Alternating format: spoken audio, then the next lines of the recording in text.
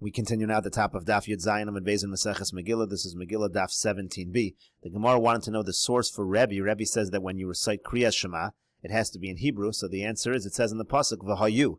It says they will be. B'havayos and you have to read it as it is written, meaning you have to read it in Lashon HaKodesh. You have to read it in Hebrew. But Rabbanan my time. Now the Rabbanan, they say it could be read in any language. What is their source? Amar Kra, because the pasuk says Shema b'chol lashon she'ata shomeh. We learn out from the word Shema. Any language which you're able to understand, you can recite the Kriyas Shema. The Rebbe Nami Haksiv Shema. Now Rebbe also, what does he do with the word Shema? He uses that for a different drasha, that you have to be able to hear with your ears that which you are reciting with your mouth. You have to be able to hear what you are saying. Rabbanan Savri and the Rabbanan say, they hold, they hold like the one who says that even if you read Shema and you can't hear what you're saying, you're still going to be Yotzei, so that's not an issue for the Rabbanan.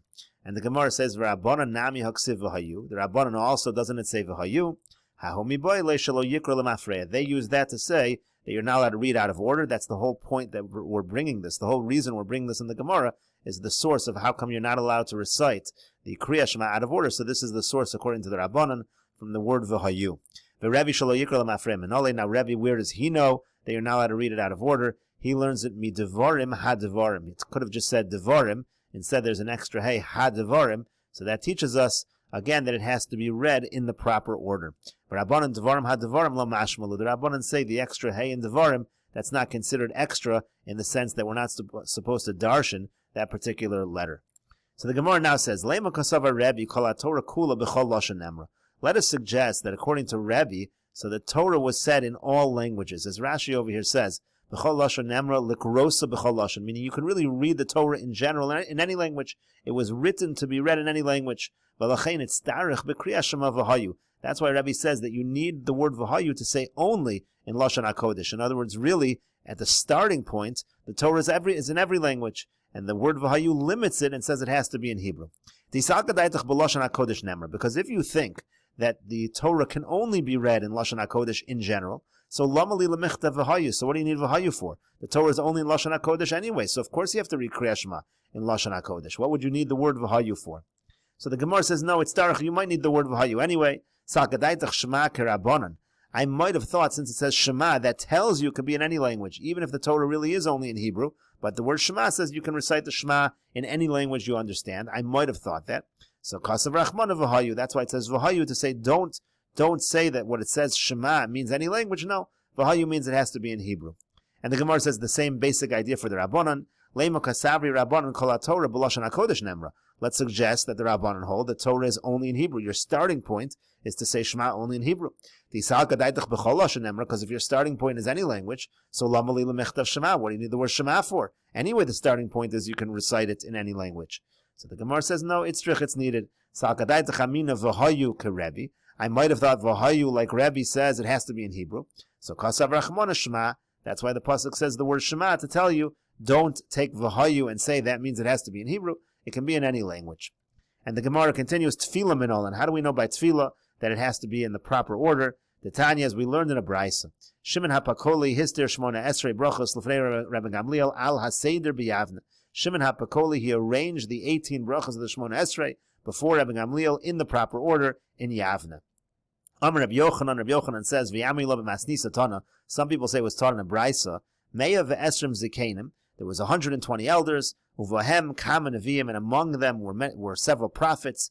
Tiknu shmona esrei brachos al haseder. They instituted the 18 brachos of Shmona Esrei in the proper order. And the Gemara continues, Tanu Rabbanan, the rabbis taught, Minayin she'omrim avos. From where do we know that you have to say avos at the beginning of Shmona Esrei? Now the Gemara is going to be learning from various psukim how we have the order of the Shmona Esrei. So how do you know we start with avos? Shenemar, like the pasuk says, Havu la'Hashem b'nei Elim, ascribe to Hashem the children of the strong ones. It's mentioning over here the strong ones. Who are the strong ones? The strong ones is a reference to the avos. Uminayin shomrim gevuros. How do you know that we say gevuros? Shenemar, because the pasuk says Havu la'Hashem kavod va'oz. It talks about strength. So first you have the elim, you have the avos, and then you have the oz, you have the gevura, you have the strength. That's the bracha of atah gibor. Uminayin shomrim kedushos. Now how do you know that after that you say kedushos? That's a reference to kedushas Hashem atah kadosh.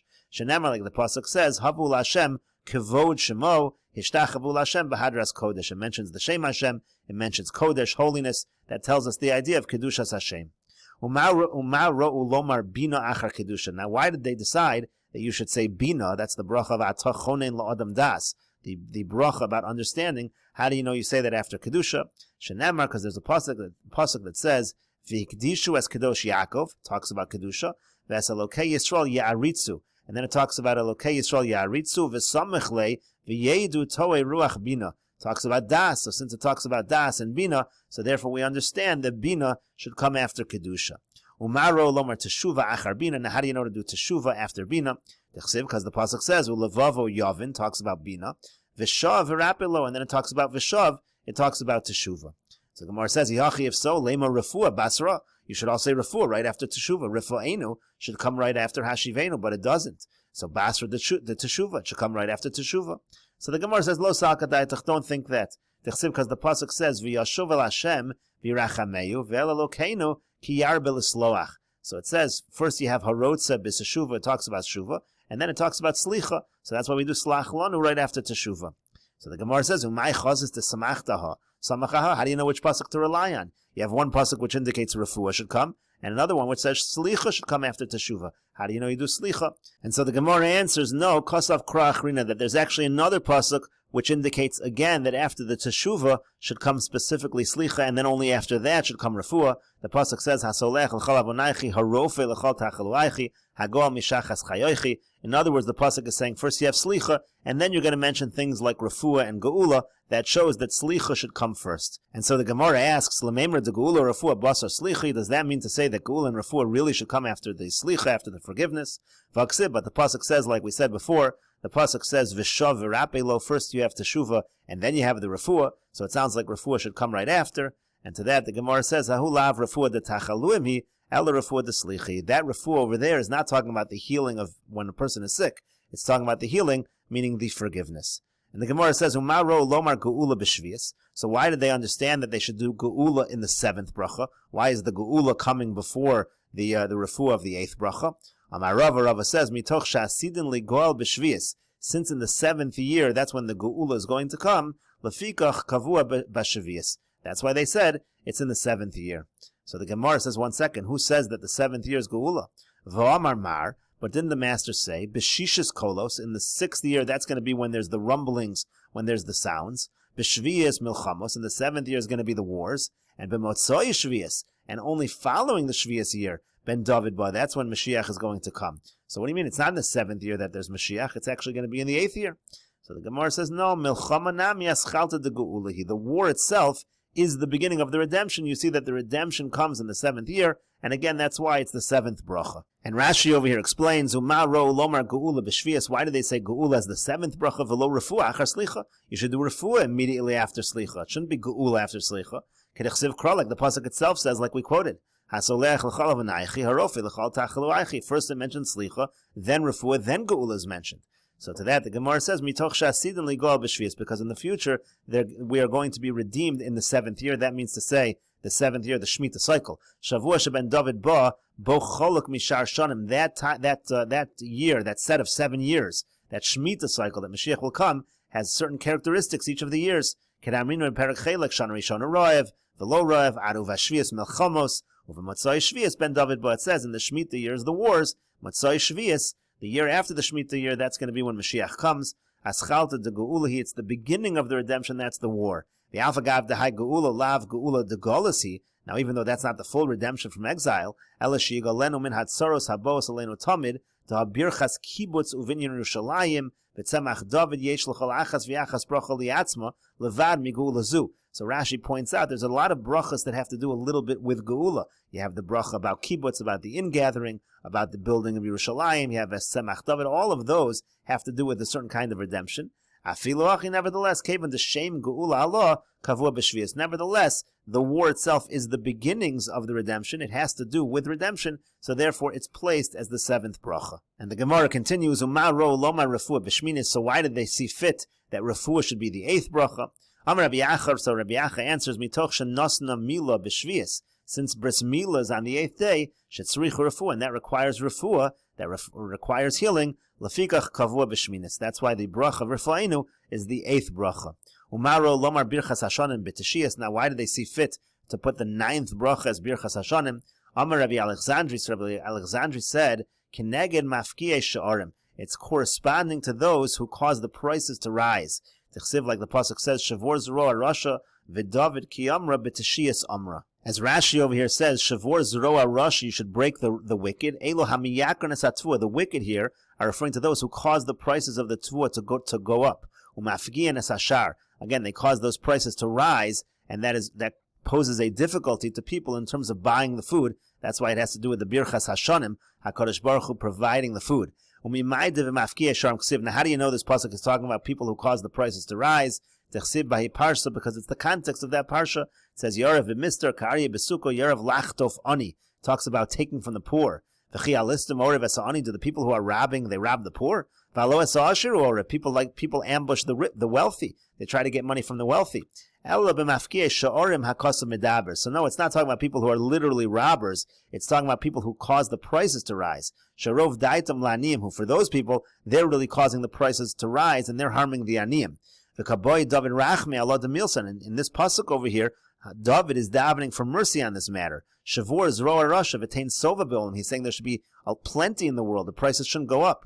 Uvekach Zeroa Shavor v'rat tidrosh risho bal timsa v'zeh sheyabadaito lios Rasha kishet tidrosh risho lo timsa avla shelo hispik lasosa. Pasuk means to say that the Rasha's intent shouldn't come true. They're trying to make the prices go up, and we're davening to HaKadosh Baruch Hu that there should be plenty in the world, and that shouldn't happen. And where did David say this? But Parsha Teshiyas Amar. This was in the 9th parsha. It's talking about in Tehillim. It was the 9th parsha of Im Tomar Shminisi. Maybe you'll say it's really the 8th parsha. That's not true. Ashrei v'lama ragshu goyim tarti parshasi. Rashi says Ashrei and lama ragshu. Some people count it as one. It's actually 2 parshios. Therefore, this is actually the 9th parsha. And the Gemara continues, Umaro lomar kibbutz golios lachar birchas hashanim. Why did they see fit to put the bracha about the ingathering of the exiles after Barich Aleinu, after birchas hashanim? Tichsiv, like the pasuk says, V'atem hari Yisrael anpechem titenu uferichem tisu la'ama Yisrael ki kirvu lavo. Talks about, again, it talks about the ingathering of the exiles over here after discussing the peiros, the fruits. That refers, of course, to Barich Hashanim. So you see the Barich Hashanim comes first, then Kibbutz Golias. Now, once you have Kibbutz Golias, Nasa Din B'Rishoim, then we see that there's judgment against the wicked. Tichsiv, like the pasuk says, V'yashiva yadai alayich ve'etzrov kabor sigayich uchsiv, and then the pasuk says, V'yashiva shoftayich kavarishona. Again, that refers to judgment. You see, the judgment is after the Kibbutz Golias. V'kevan shenasa din min harashoim kalu haposhim v'cholol zeidim imoim. Once we talk about judgment, so then we talk about the end, the destruction of those who are the sinners. Shenemar, like the pasuk says, v'shever poshim v'chatoim yachtov. Again, that talks about the fact that we destroy those who sin. V'kevan shekalu haposhim, and once those who sin are finished, misromemes keren tzadikim. So then the horn of the tzaddikim, of the righteous is raised up. That's al hatzaddikim. That's the bracha that we say on the tzaddikim. Because the pasuk says, "V'chol karnei rishayim agadeya teromamna karnos tzaddik." Again, talks about the rishayim being destroyed and the raising up of the tzaddikim. V'kol geirei hatzedek ima tzaddikim. We include the geirei hatzedek. Those are the righteous converts together with the tzaddikim. Shenemar, like the pasuk says, "Mimnei seva takom v'adarta pnei zaken." Talks about the elders, the tzaddikim. Right next to that pasuk, it talks about the ger, it talks about the converts. Now, where do we raise up karnam? Where do we raise up their horns? Yerushalayim. That takes place in Yerushalayim. Shenemar, like the pasuk says, Shalu Shalom Yerushalayim Yeshloyu Ohavecha. Talks about those who love Yerushalayim. Again, that's talking about the tzaddikim, and that's in Yerushalayim. V'kevan shenivnis Yerushalayim, and once Yerushalayim is built, but David, that's when David HaMelech comes. Shenemar, like the pasuk says, and we'll continue with this discussion in the next video on Daf Yud Ches Amud Aleph.